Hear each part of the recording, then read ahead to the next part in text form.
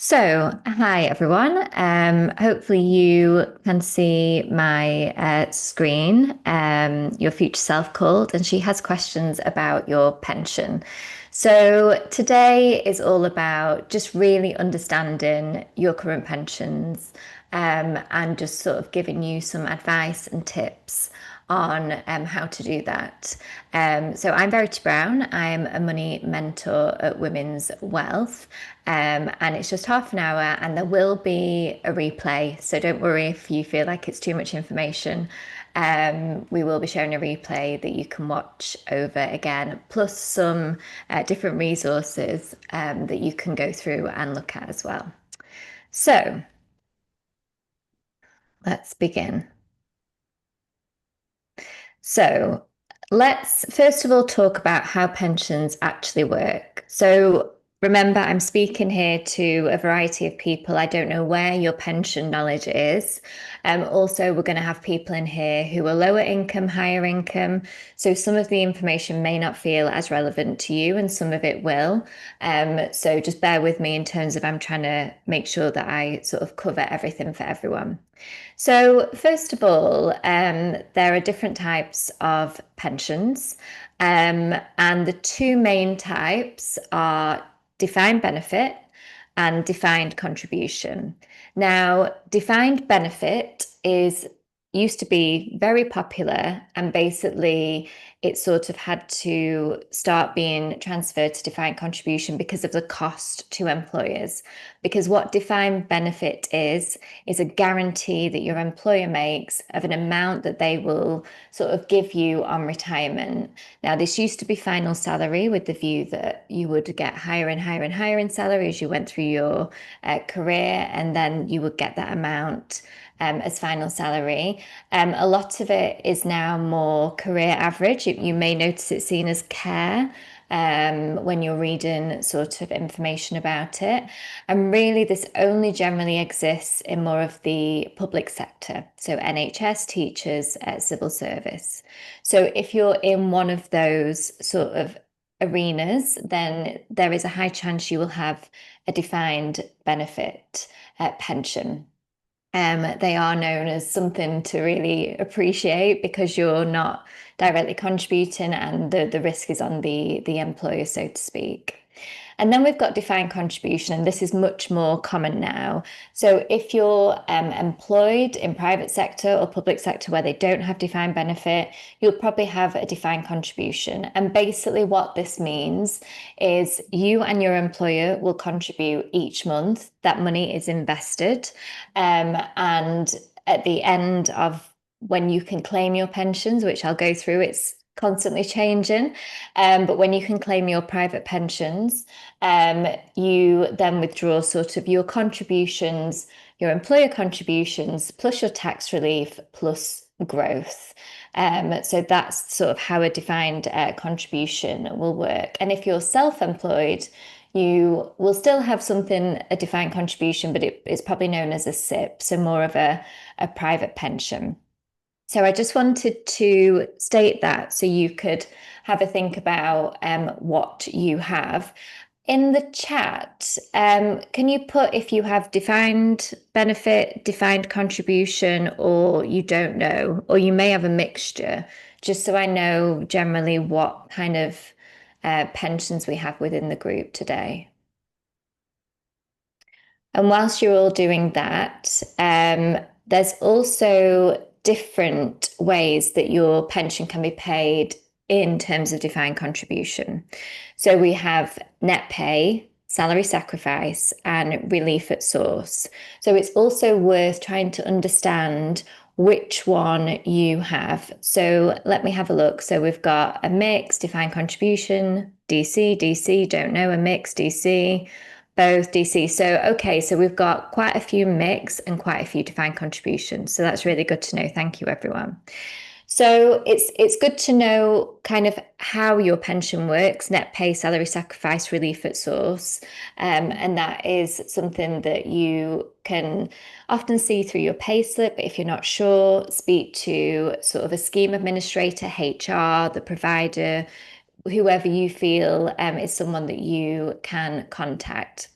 And the reason this is also important to know is because if you are beyond a basic rate taxpayer, so if you're higher rate or additional rate, and you have a relief at source pension, and you're not claiming back additional tax relief, you could be losing out on money. So I'll touch on that a bit later, but this is why it's really good to understand sort of what you have. Also with salary sacrifice. Salary sacrifice is a formal agreement with your employer where you agree to reduce your salary and they increase your pension contributions. And the reason that this is beneficial to your employer is because they pay less national insurance contributions, as do you, and you pay less income tax. However, if you're looking at getting a mortgage or something similar that relies on your salary, then this may not be a good option because it looks like you're earning less, because technically you are, because it's going in a pension. So these are just things I wanted to highlight, just so you're aware and you can look out for them. Okay, so I am very passionate about the gender wealth gap, and a lot of the gender wealth gap is caused by the gender pension gap. And a recent report came out by Emily Shipp. It was entitled, "It's Not About Confidence." I'm going to be referring to it throughout this webinar. And basically, it was one of the things it's highlighted is what the actual gender pension gap looks like. So these figures on the screen are the median DC pension wealth for men and women at the age of 59. This is total pension wealth. This isn't each year. So this is talking about women on average at the age of 59 have £19,000 in their pension to potentially last them 25 to 30 years. Now, we get our state pension, hopefully, which at the minute is just over the £12,000 mark. Obviously, it will go up with inflation. But do you think we can really live off that amount? It's very, very small. And this is why it's so important to think about our pensions now to really prevent our future selves from, maybe having to struggle. So this is something that I really wanted to highlight. 60% of women have no financial plan for the future. And I want, you as a group of women, even being here is like a massive, massive step forward. This doesn't mean that you have to work with a financial planner. This just means you need to start thinking about your future. And if working with a financial planner is within your sort of resources, then that's a good next step as well. So what I wanted to highlight, because I feel like as women, we can feel like we've made mistakes with money. We have regret, we have a lot of shame. And at Women's Wealth, we're very passionate about that not being an issue. We meet you where you are. And we know that we have had a different upbringing generally to our brothers and to the men in our lives. We don't talk about money as much. The systems don't work for us that well. And, a lot of the financial industry is really aimed at men. So I just want to say now that this isn't about confidence, which I think has been spoke about a lot with women. Like, women just aren't confident enough to invest. There's many more attributes to this, and I really want to include this because I just want us to stop feeling bad for any mistakes that we've made in the past or anything that we think we should have done differently. So this is why this is important. Why it hits women harder. So we all know what this mental load feels like. We have a million to-do lists running through our head, ranging from children, pets, housework, work, parents, and everything in between. And I think it's hard to explain to someone who doesn't have that sort of mental load going through their head. And so we also have time scarcity. We're doing a lot of unpaid work. We're working full-time jobs. Some of us are working too because of the cost of living. We're really trying to keep up with everything. And unfortunately, we put ourselves last. So something like this, something that feels 20, 30, 40 years in the distance, it's a tomorrow problem. But it's because we're so stretched as women. We have a lot going on. Also, system. The systems aren't built for us. The system of capitalism and how traditional financial services work is for sort of the straight white male who has a very linear career, who keeps going up and up and up, doesn't have a baby, doesn't have maternity leave, isn't caring for elderly parents, doesn't go part-time. It's just that very straight linear. That's not how we are as women. We're kind of much more fluid, whether we have children or not. We have many differentiations in our life. Also, things like menopause, perimenopause, that can affect us. So it's very different for women in terms of the sort of path that we take. And also, DC pensions demand active decisions.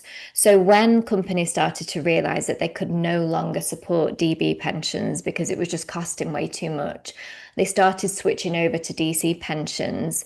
A lot of it just fell into a black hole, especially for women, because all of a sudden we had to think about what we needed to do with our pensions.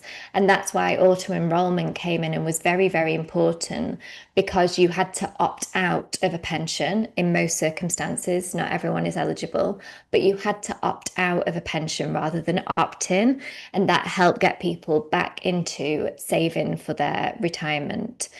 So just a bit of a summary of why it is harder for us as women, not excuses, just really look at the environment that we're having to work in. I can see questions coming through. Feel free to ask questions. I will come to them at the end of the webinar. Okay. So this matters to all women, but there are some women that it really, really matters more to. And I just wanted to highlight this. Single women, I mean, it's obvious, but if you are single by choice or circumstance, you're having to really fend for yourself. There's no larger man's salary or pension to fall back on. So really important for single women to kind of get on top of this. Women in women loving women relationships, anyone who doesn't really have a man, again, with that upper sort of pay, that upper pension.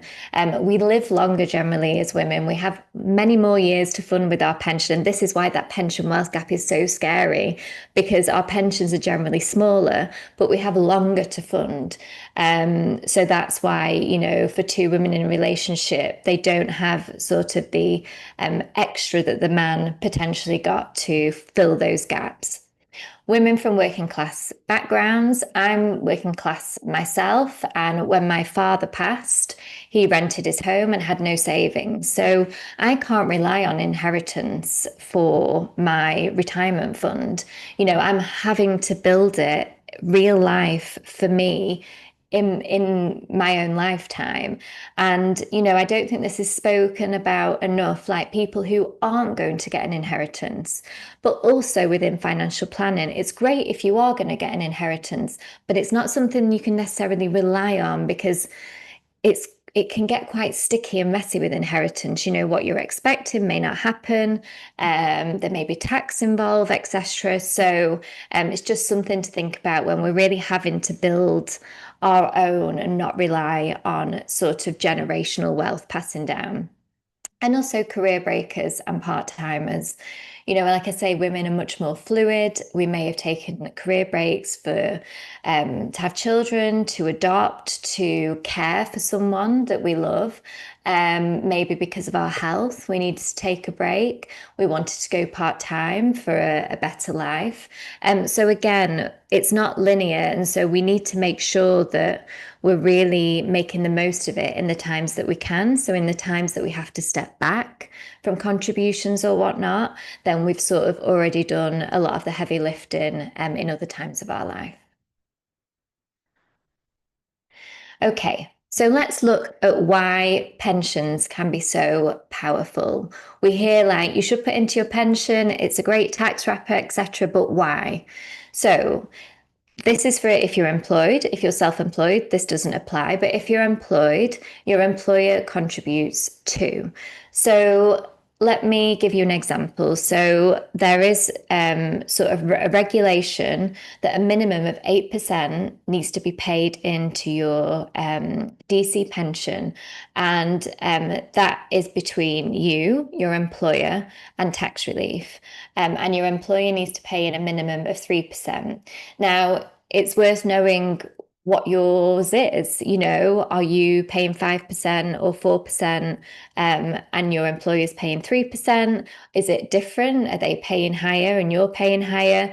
It can vary, but that is the absolute minimum. That is what should be put in every month with a combination of those three things. So, it's really, you're getting more money than you're putting in ultimately directly yourself. Tax relief. So HMRC tops you up. So if you're a basic rate taxpayer, you're paying 20% in tax.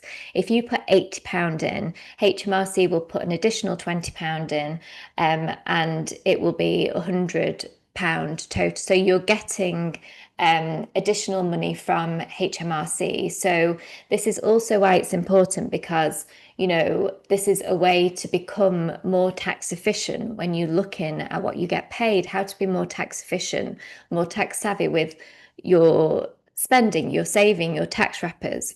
So it's really good to remember that. 25% of your pot is tax-free at retirement. So not only are you getting tax relief at the beginning, but when you retire and you want to take that money out, 25% of that will be tax-free. Now, there's different ways of doing this. It can be lump sum. It can be, like we say, a slice of cake, in that you take a slice of cake, the icing is tax-free, and you pay tax on the cake. There's different ways of doing it.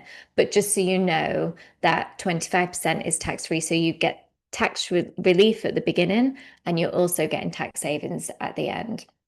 And it's locked in. And this is both why it's powerful and why it's not. And I'll come on to the not in a minute, but it's locked in. So this really is for your future self. Like, you cannot access, it's currently 55. It will be rising to 57 in April 2028. And it will continue rising as we have longer careers, as we live longer. And it's normally 10 years below the state pension access age. But it's really to protect that money. You cannot access your pension bar really serious reasons, which I'll come on to. So yeah, that's another great thing. But there are downsides to pensions. And like I said, your money is trapped. So you really cannot access your pension bar two main things. One is if you're serious ill health, and that means you have a terminal illness and have less than 12 months to live. Or two, if you have serious ill health, which means you will never ever work again a day in your life. So they're the only two ways you can potentially access your pension fund before the age that you're technically allowed to. So that's something that really needs to be thought about. You can end up with a big tax bill if you're not careful. So we do have certain allowances with pensions. So for most people, it's £60,000 a year that you can get tax relief on. However, it's limited by the amount that you earn, and earned income doesn't include things like rental properties or dividends, or interest from saving products, etc. It's what you earn over time, bonuses. So you've got to be careful that you don't put more in than you earn unless you're prepared to pay a tax bill. And also, if you earn over a certain amount, so if you're under the £200,000, don't worry. But if you're over that, then there's also going to be different thresholds that come in, that could minimize what you can put into a pension tax relief wise. There's nothing stopping you putting more into a pension. It's about the tax relief. So this is where you need to be clear on what you can put in and still get tax relief. And that £60,000 allowance, just so you know, is including your contributions, your employer contributions, and the HMRC contributions. So just be careful of that. Inheritance tax laws are changing. Up until now, pensions have been outside the estate. So that means that they've sort of been protected from inheritance tax, but that's going to be changing next April. Now, we still have very healthy allowances when it comes to inheritance tax, so it may not affect everyone. You really have to have quite a large, amount, an estate, to be affected, but it's something worth looking into. It's something worth thinking about. And also, it might not be the correct tax wrapper. I think sometimes people think, oh, I'll just put as much money as I can into pensions, get that tax relief, get the tax-free amount at the end. But, individual circumstances may mean actually you want to exit earlier. So maybe an ISA or a LISA, which is something you can get a bonus from the government for a first-time house or retirement. Open it before you're 40, though. There's different options that could be right for you, so it may not be right for you. So I just wanted to show you, I know time's going really fast today. I just wanted to show you sort of also how making small increases to your pension can make a difference. So I thought that this slide sort of gave a really good example. Now, again, this doesn't mean that you should. This is something that has to be looked at. And this is sort of, again, where financial planning comes in. We can look at where is best to put your money in terms of tax wrappers. But this just gives you an idea of how much you can increase your pension pot by retirement with just small additional amounts each month. And these are just some questions for you to think about. So you don't need to answer them now. And again, like I said, we'll be sending this replay and a resource sheet for you to look at. But ultimately, do you know where your pensions are? Do you know how much they're worth? Do you know what they're invested in? So which funds are they invested in? Is it ethical or not? Sustainable invested or not? Does that matter to you? Do you know what you're paying in charges? Do you know your state pension and national insurance contributions? Something that comes up a lot, very important to be aware. You need 35 national insurance contribution years to get your full state pension.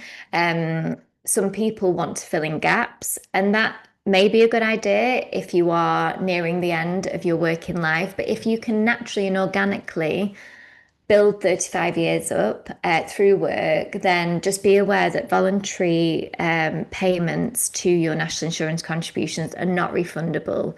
So again, something to think about. Do you know how much you need for retirement? Like, have you thought about that? Like, how much is your future self going to need each year to live? And do you have an emergency fund? And this is vital. Like, again, pensions can be great, but you need an emergency fund for financial stability. And what we normally say is 6 months of essential spending is the ideal emergency fund. So let's move on to the practical tips. If there's any questions you have, put them in the chat and I'll try my best to answer them as we summarize. So find your pensions. I know we've all got different pensions. We're not sure where they are. We don't know how much they're worth. Find them. There is the government website that's listed here. And there's also just the old school, go to HR departments, ask them, where's my pension? Who is it with, etc. Just try and find them all. That's like absolute key, number one. Check your state pension forecast and national insurance record, which we've just spoke about. Check your workplace pension, so your current one. So are you enrolled? There is auto enrollment, but there's some people who aren't included in that. So are you enrolled? What does your employer match? There is a limit, a sort of an official amount that your employer needs to match to. Do they match over that? Is that part of your benefits package? Would they match you if you contributed more? And what kind of pension is it? Is it salary sacrifice, relief at source, net pay, DC, DB? Just try to understand it a bit better. And review your investment strategy. This can sound a bit oof, but basically, what retirement date does your provider have on file? Check it, make sure that's still in line. I mean, it's hard sometimes. If it's 20, 30 years away, you're not sure, but just put roughly what you think it will be. Are you in a lifestyle or target date fund? And what that means is normally when you're auto enrolled into a pension, you'll be entered into a default fund. And that is normally aligned to the retirement date that you have given or that they have assumed that you want. And the reason this is important is because the important part of pensions, when it comes to DC pensions, is that they de-risk.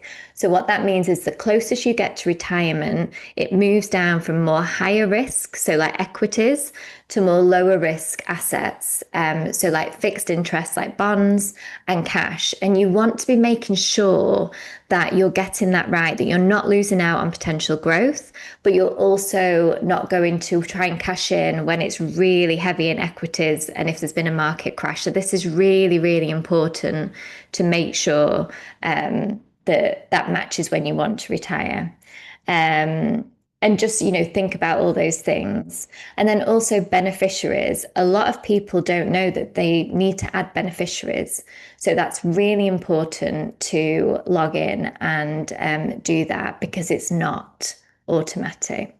And check those charges. It seems like a tiny amount sometimes, but that tiny percentage over 40, 50 years can make a really big difference. So check those charges.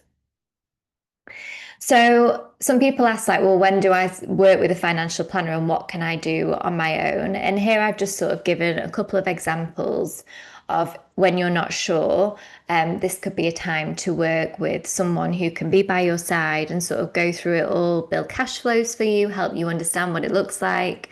We work up until the year of 100. So, we're sort of making sure that you would have enough money to last you till that. So these are some of the areas that we would normally recommend speaking to a financial planner regarding. However, there's also brilliant free resources out there. So again, we will send these to you. We have a free membership called Enable, and that's full of resources, full of content, all past webinars, those types of things. It's free to join, and that can be a great resource to make you feel more financially empowered. And like I said, pension tracing service, check your state pension, national insurance. Money Helper is a great, great resource, a free resource, along with Pension Wise. So depending where you kind of fit, those are two great resources that you can look at. And also speak to your work. They may have a financial wellbeing program that you can tap into and get some information from. So I'm aware that we started a few minutes later, so I'm going to give myself a few minutes grace. I'll just quickly answer this question. What's the difference between salary sacrifice and AVC? So generally, AVC is an additional voluntary contribution that is added on if you have a DB pension. So you can, I think some people think that your DB pension, that's it, whatever pot you're meant to get, you can get, but you can actually contribute more. So if you have a DB pension, talk to your scheme administrator about an AVC if that's something that you think you might be interested in. Salary sacrifice is more regarding, like I said, a formal agreement where your employer will officially reduce your salary and put the additional into your pension. So that's sort of a summary of that. And we've got a question, but why get taxed on the savings? If there's saving for retirement, we already pay tax at the source payee. I'm not sure if I understand what you mean by that, and where time taxed on the savings. I'll have to come back to that sorry, I can't understand the question. What is the average amount people need in retirement? Is there a percentage of annual salary to base it on? I mean, it really is hard, and this is why people sort of work with a professional to help them figure it out, because what we would normally do is we would look at sort of expenses, when your mortgage ends, those types of things. There are definitely calculators out there that can help you understand these things. And maybe we can include one in the email that we send out. How do I choose a best SIP provider and funds? So if you go into our Enable membership, there's a bit more information regarding that. Like I say, Money Helper is a great resource to have a look at and see what they sort of say on their website. It really is a case of having a look at where you are in your life, if you want sustainable investing or not. sort of how far you are off from retirement and what those charges are. That's really important with SIPs. Like, what are the charges? So that's something to really think about. Will employers match my AVCs if I decide to make AVCs? That's normally down to individual schemes. So you need to speak. Some AVCs are sort of added on to within the pension scheme, and some are through sort of a provider. So that's really something to ask from the scheme administrator. Is the additional contribution done directly with the pension company or through your employer? So I don't know if that's about DC or DB. I think I've just explained it through DB. So DC, okay. So is the additional contribution done directly with the pension company or through your employer? So again, this all depends on what the terms are. So is your employer going to match what you additionally contribute? Is there a threshold? Have a look at the terms, understand that, because it may be considering having a private pension as well as your employer pension. That's what affects those types of things. Thank you for all the questions. I know we're nearly at time, and I just want to read something to you about self-efficacy, because this is sort of why I want you to go away feeling like this is within your reach, and that this isn't some great big scary thing. This is actually something that you can sort of do today. And I'm just going to change that slide to that. So self-efficacy is a psychological concept, and it simply means your belief in your own ability to do something specific. So it's not confidence in general, but it's, do I think I can handle this particular thing? And in the context of pensions, it basically means, do you believe you're capable of understanding, engaging with, and making decisions about your pensions? And research shows that low pension self-efficacy is one of the biggest reasons that people avoid pensions entirely. It's not that they don't care, it's that they've decided, often unconsciously, that it's not for them, it's too complicated, and they'll get it wrong. So this is what this final slide is about. Please don't put yourself into that bracket. I know it can seem overwhelming and scary, but I just want you to take one action. I've said before the end of the day, and the reason I've done that is because I feel like if we don't do it today, we'll never do it. But log into your current pension. If you don't know how to log in, figure out how to log in. Just that one action. Let's take one step forward in believing that we can do this, that we can be empowered with our pensions, that we can understand them. And if you can't, then search for help. Like I've said here, we've got Money Helper, we've got our Enable program. You can make a call with us if you feel like financial planning is something that you want. Speak to your employer, speak to your HR department, speak to your provider. There's many ways. You've got to search for it sometimes, and it can feel really complicated, but there's many ways to get help out there. So that was a lot of information. I whizzed through it. I'm so sorry. I think I tried to answer all the questions. I'll try and add resources to any that I couldn't answer fully or didn't get round to. I just want to let you know we've got some other exciting things coming up in Women's Wealth this month. We have Finance on Friday that's focusing on insurance and protection, another sort of subject that we don't really think too much about, but that can be really, really important. So we'll include information about that. And we also have a panel talk, which is being led by the CEO of Women's Wealth, which is called When Money Arrives at a Difficult Time. And this is going to be also with a psychologist. Let me just pull up exactly who it is. So we've also got we've got Sam Seckham, our CEO. We've got grief educator and author Lizzie Pickering. And we've also got Dr. Emma Hepburn, clinical psychologist and author. So if you find that you've come in, or someone you know has come into sort of money through inheritance, through divorce, or through redundancy, or something that is quite emotionally taxing on you, and you're just like, what do I do with this? What is the best way to do with this? This panel talk is for you. So we'll send a link for that. So thank you for all your thank yous. It's really sweet. It means a lot to me. Like if you want to reach out, then do so. I'm at Verity at women's wales.co.uk. Please join Enable. Make sure you join our newsletter so you can be included on all the other webinars that we do. And yeah, thank you so much for being here. It's been a real pleasure. Thank you.